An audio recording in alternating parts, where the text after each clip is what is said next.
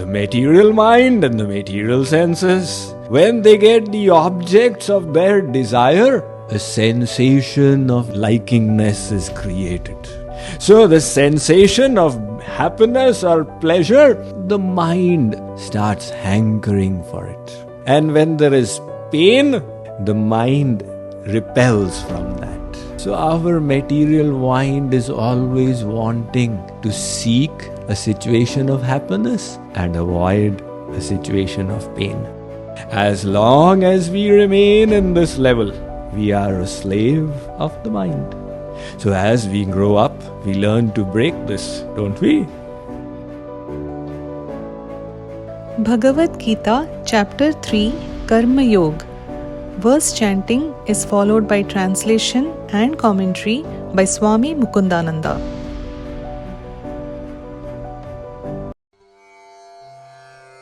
Sadrisham cheshtate swasyaha prakritir jnanavanapi prakritim yanti bhutani nigrahah kim karishyati indriyasyendriyasyarthe ragadveshau vyavasthitau tayornavashamagacche tau hyasya paripanthinau. Even wise people act according to their natures. For all living beings are propelled by their natural tendencies. What will one gain by repression? The senses naturally experience attachment and aversion to the sense objects, but do not be controlled by them, for they are failures and foes.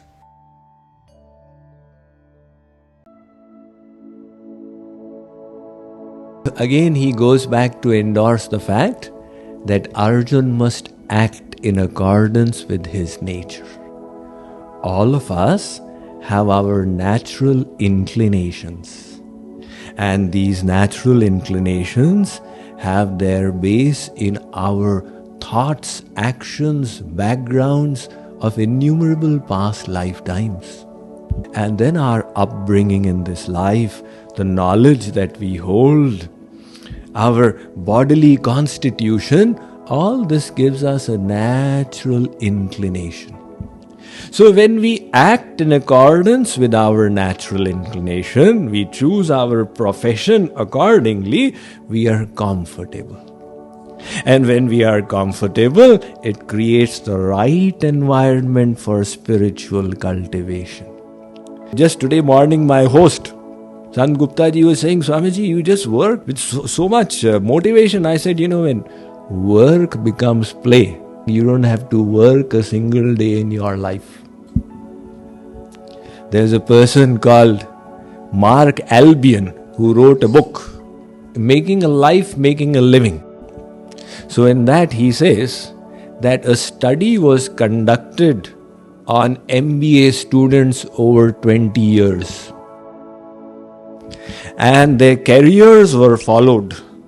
So these students were divided into two categories.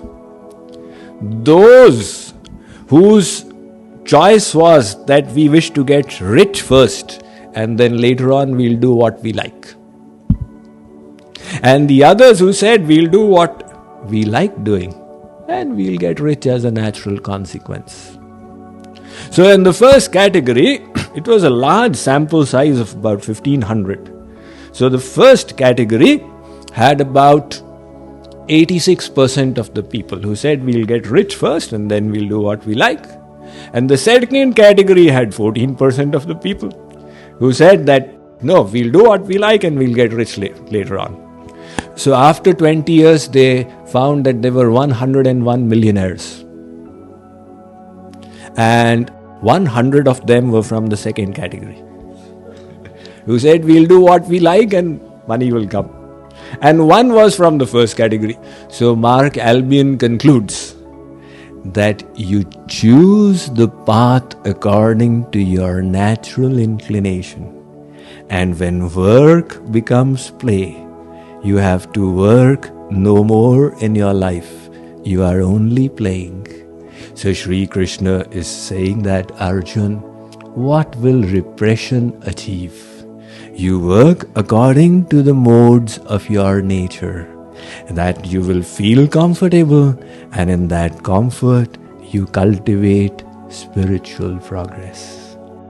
He is now moving higher and saying, Arjun, but slowly the nature has to be controlled and the higher nature has to be made to manifest. In the beginning of our spiritual life, if we say, I like doing this, I don't like doing that, it's all right. But in the mature state, if we start saying, this environment I like, this work I don't like, this I like, that is immature spirituality. Because spirituality means you start shedding these likes and dislikes that are coming from the lower nature. And when you learn to control these likes and dislikes, then the true higher nature of the soul will manifest. Actually, the Dhammapad, the Buddha, he highlights this as the cause of suffering. I like this, I don't like this, I am happy with this, I am unhappy with this. Those who harbor such attachments, their suffering never ceases. I like this, I don't like this, this environment is good, this environment is bad. Those who release such likes and dislikes, all their suffering comes to an end. So having said, all right, Arjun, you work in accordance with your nature, now he's showing the pathway ahead. And he's saying that while discharging your duties, likable and unlikable situations will both arise. This likable, unlikable is because of your mind and senses. The material mind and the material senses, when they get the objects of their desire, a sensation of likingness is created. So the sensation of happiness or pleasure, the mind starts hankering for it. And when there is pain, the mind repels from that. The unpleasant situation creates pain in the mind. The mind wants to avoid pain. So our material mind is always wanting to seek a situation of happiness and avoid a situation of pain. As long as we remain in this level, we are a slave of the mind. So as we grow up, we learn to break this, don't we? This is the children.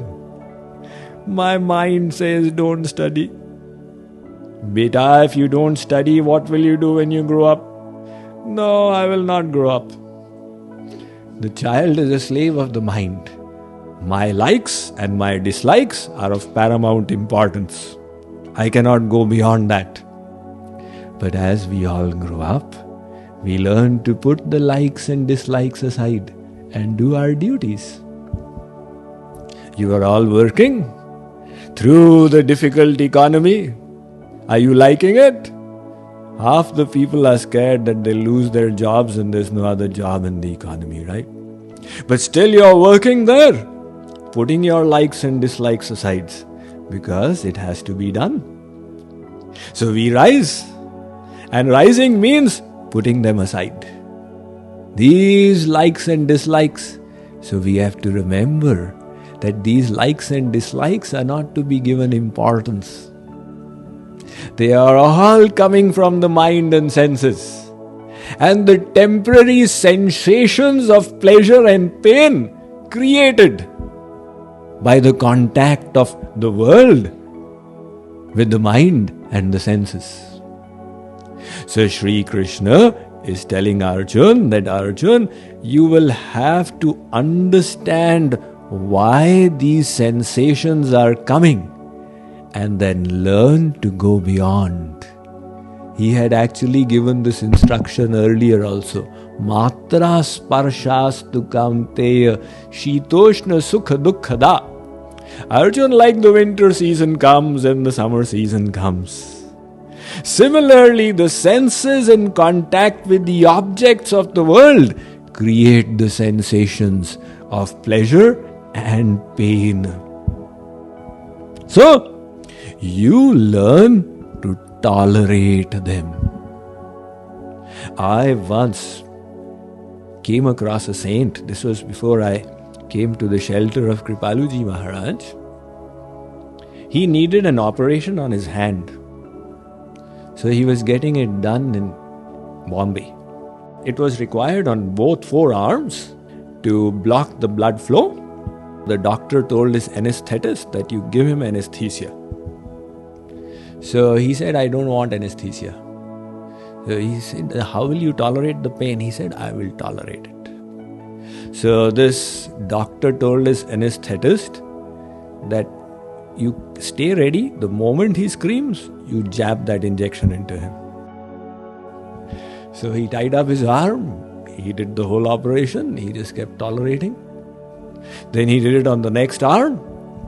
Again he tolerated. The doctor asked him, how did you do it? The saint said, this is the philosophy of the Bhagavad Gita.